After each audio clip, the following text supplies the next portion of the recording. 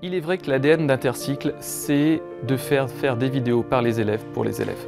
Nous sommes en train de créer une base de données vidéo qui est disponible sur YouTube et sur Peertube. Et c'est une base de données assez particulière parce que c'est une base créée par les élèves, étudiants ou apprentis pour créer une grande encyclopédie, mais cette fois-ci en vidéo, c'est-à-dire que la thématique, le sujet, ils vont le traiter à leur manière, ça sera vérifié par un enseignant, un formateur, mais la manière dont ils vont tourner, dont ils vont dessiner, créer ou alors utiliser des images libres, elle, ce sera les élèves ou les étudiants qui vont la choisir. Et donc forcément, ils vont utiliser les codes qu'ils ont entre eux pour communiquer, donc forcément, ceux qui vont regarder vont être à l'aise avec cette manière de transmettre. Pour moi, Intercycle, c'est un nouveau mode d'éducation qui va permettre aux jeunes justement d'apprendre de façon plus ludique. Et pour moi, c'est très important de maintenir ce projet.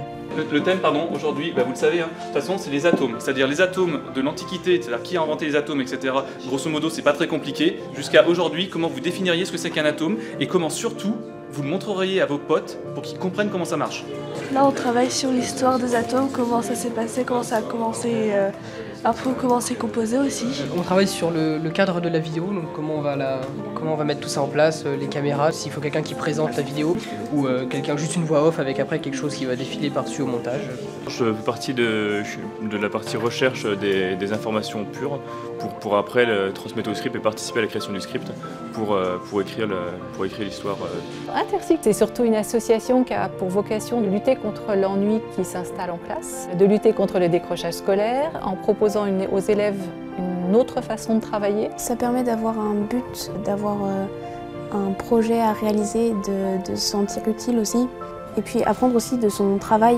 Quand par exemple on fait des recherches sur les atomes, on apprend aussi sur nos recherches. Mendeleïev, c'est vraiment 1800-1900, donc...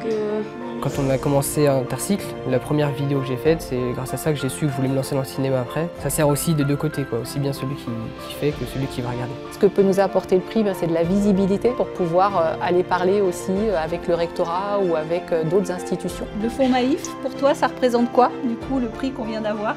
Du matériel et un petit coup de pouce. Intercycle, c'est une jeune association. Pour se faire connaître, il faut aller démarcher, ça prend du temps. Il faut faire parfois un peu de pub, par exemple faire des concours, faut faire des événements et tout ça, ça demande mine de rien quand même un petit peu de fonds et puis pouvoir aussi prêter du matériel après aux élèves. Donc c'est une belle opportunité de grandir et de se développer. Les premières règles de la transformation de la matière.